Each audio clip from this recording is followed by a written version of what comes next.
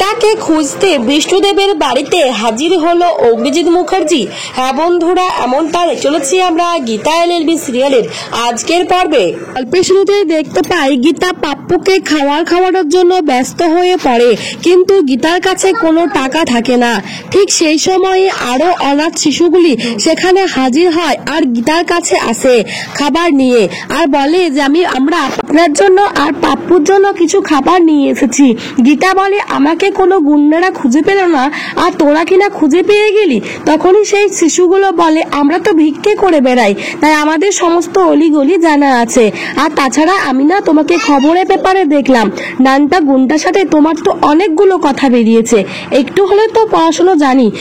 বলে, তোরা এই খাবারগুলো পেলি কোথায়? তখন সেই বাচ্চাগুলো বলে, আমরা হাত পালি তো পয়সা পাই, আর সেই পয়সা দিয়ে খাবার এনেছি। গীতা বলে, তোরা ভিক্ষে করে আমার জন্য খাবার এনেছিস? তখন সেই ছেলেগুলো বলে, আরে খাবার তো খাবারই, সেটা ভিক্ষে করে হোক বা অন্য কিছু করে হোক।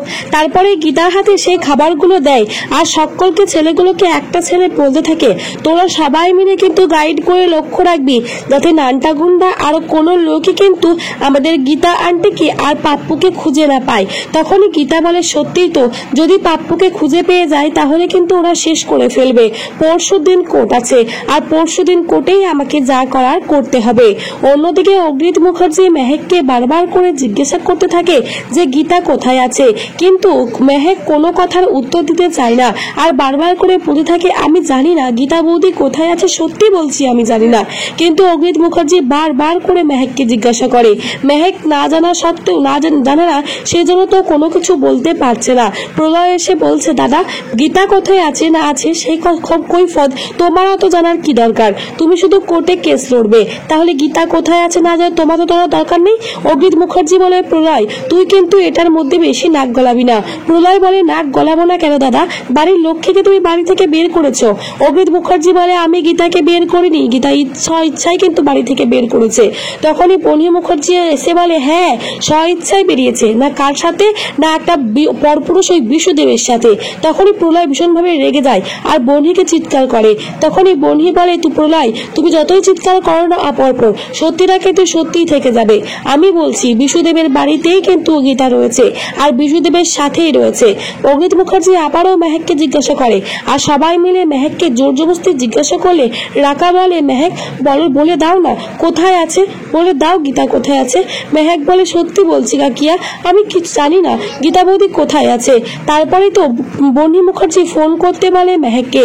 অগ্নিজিৎ মুখার্জি জোর করে ফোন করতে মেহেককে গীতাকে, তারপরেই কিন্তু মেহেক ফোন করে গীতাকে, কিন্তু গীতার ফোন সুইচ অফ আসে। আর তারপরে অগ্নিজিৎ মুখার্জির ফোনটা বেজে ওঠে, ফোন করে মৈত্রী, আর ফোন করে অগ্নিজিৎ মুখার্জিকে ভীষণভাবে ধমক দিতে থাকে আর বলতে থাকে, আপনার মেয়ে মেহেক জানে গীতা কোথায় আছে, তাই আপনার মেয়ের কাছ থেকে সমস্ত সত্যিটা জানুন। অগ্নিজিৎ মুখার্জি বলে, মেহেক বলছে তো ও জানে না। তখনই মৈত্রী বলে, জানতে হবে, আর গীতাকে খুব তাড়াতাড়ি খুঁজে বের করতে হবে ইমিডিয়েটলি, তার সাথে পাপ্পুকেও। আমি কিন্তু কোর্টে এই কেসটা হারতে চাই না, এই কথাটা আপনি ভালোভাবে শুনে রাখুন। আর এইভাবে মৈত্রী ধমক দেয় অগ্নিজিৎ মুখার্জিকে।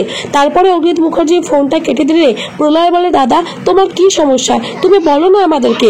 অগ্নিজিৎ মুখার্জি বলে, কোনো সমস্যা নয়, এটা একটা আইনি সমস্যা, আর এই নিয়ে তোদেরকে মাথা ঘামাতে হবে না।